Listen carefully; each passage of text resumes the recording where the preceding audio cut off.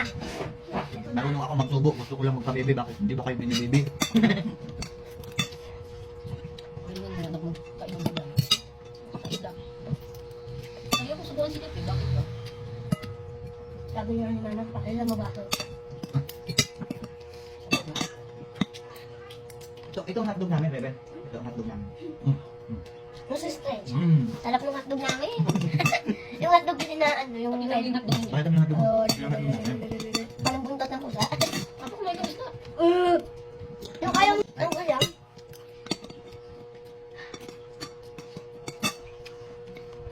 Ngayon, dahil dito na natin, hindi natin makawan. Ay, chicken, lechon. Si, gulay ang sagot ni Reven. Si.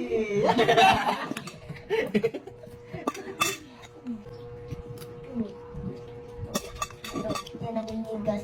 Naninigas yung Ay, kain. Ano mo hotdog? Sabi kayo. Bilisan mo na dyan. Magtulalaki pa. Nakapunta na ba ito ng benta sa Mindanao? Di ba yung mga tao sa Mindanao? Hindi mo naalala? Hindi mo na